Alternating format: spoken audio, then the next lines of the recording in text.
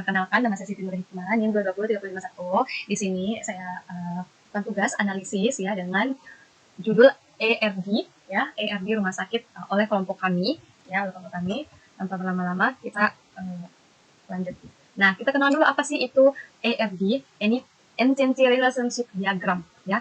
ERD atau diagram hubungan entitas adalah diagram yang digunakan untuk perancangan suatu database dan menunjukkan relasi antar objek atau entitas beserta atribut-atribut secara detail. Nah, berikut adalah atribut-atributnya. Pertama kita bahas dulu komponen umum penyusunan ERD. Satu, entitas atau entity, sebuah objek terwujud nyata yang dapat diberikan dengan objek lainnya. Yang kedua, itu atribut atau period. Setiap entitas memiliki atribut untuk mendeskripsikan karakteristik dari suatu entitasnya. Ketiga, itu relasi atau relationship. Hubungan antar entitas untuk menunjukkan adanya koneksi di antara sejumlah entitas yang berasal dari himpunan entitas. Yang keempat, yaitu garis penghubung atau connect, yaitu penghubungan antar himpunan, relasi dengan himpunan entitas, serta himpunan entitas dengan atributnya. Nah, kita lanjut. Ini dia simbol-simbol dalam ERD ya. Ini yang bergambar kotak ya. Atas ini keterangan itu entitas ya. Yaitu kumpulan dari objek yang dapat didefinisikan secara unik. Yang kedua itu relasi, yaitu hubungan yang terjadi antar satu atau lebih entitas atau jenis hubungan antara lain, antara satu ke satu, satu ke banyak, dan banyak ke banyak.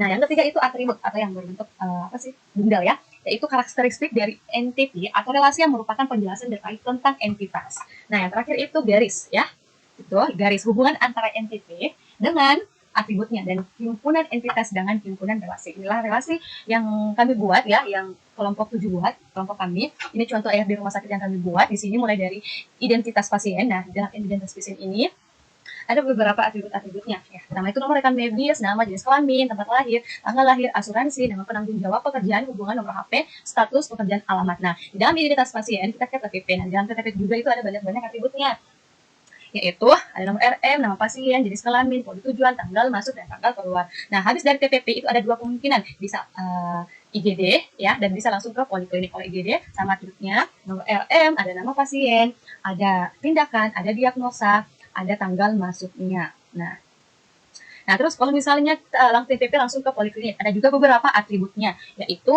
nama polipnya, kode polip, pemeriksaannya, diagnosa, umur, nama pasien, atau nomor RM. Nah, dari poliklinik kita ke pemeriksaan. Di situ kita pakai relasi ya. Ini kita pakai relasi dan ada 3 atributnya, yaitu nomor RM, nama pasien, dan juga diagnosa. Nah, dari pemeriksaan kita lanjut ke laboratorium. Nah, kita masih pakai entitas ya. Dari identitas, TPP, IGD, poliklinik itu kita pakai entitas. Nah, di sini laboratorium ada beberapa juga atributnya, ada 4 ya. Ada nama pasien, kode tindakan, hasil lab, dan kode diagnosa. Nah, di sini ya, ini ada di tengah-tengah administrasi. Yang dimana administrasi itu saya pakai relasi. Administrasi itu bisa langsung ke poli, ya, bisa langsung ke laboratorium.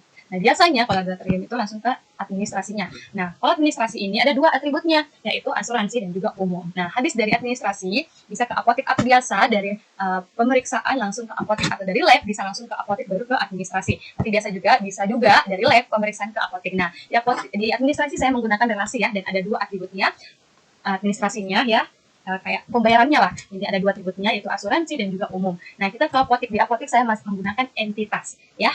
Yang kotak itu namanya entitas ya. Entitas. Di sini ada juga beberapa relasinya. Ada juga beberapa atributnya, yaitu nama obat, kode obat, nama pasien, jenis obatnya. Nah, terus itu dari apotek selesai. Ya. Kalau bisa ini ARD-nya juga bisa. Kalau misalnya dari IGD ke rawat inap ya, misalnya kalau dia rawat inap beda lagi. Nah, jadi ini perjalanan pasien ya. Ini kalau misalnya dia RJ ya, rawat jalan, dari input dulu identitasnya, terus TPP-nya saya menggunakan relasi, di IGD saya menggunakan entitas ya. Ini bisa dari TPP, bisa misalnya dia rawat jalan, di TPP langsung ke poliklinik, sudah poliklinik baru ke pemeriksaan. Pemeriksaan itu saya pakai relasi.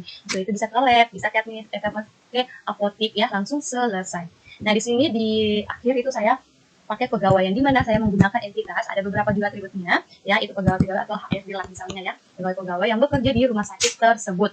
Ada namanya, ada NIP-nya, ada tanggal lahir, agama, alamat, jenis kelamin, dan jenis pekerjaannya ya. Jenis pekerjaan entah dia itu bidan, profesinya ya, jenis pekerjaan atau profesi, entah itu dia bidan, entah dia itu perawat, entah dia itu rekan medis, entah itu dia dokter dan lain tenaga medis lainnya. Nah, ya, terima kasih. Mohon maaf apabila ada kesalahan. Wabillahi taufiq wal hidayah. Wassalamualaikum warahmatullahi wabarakatuh.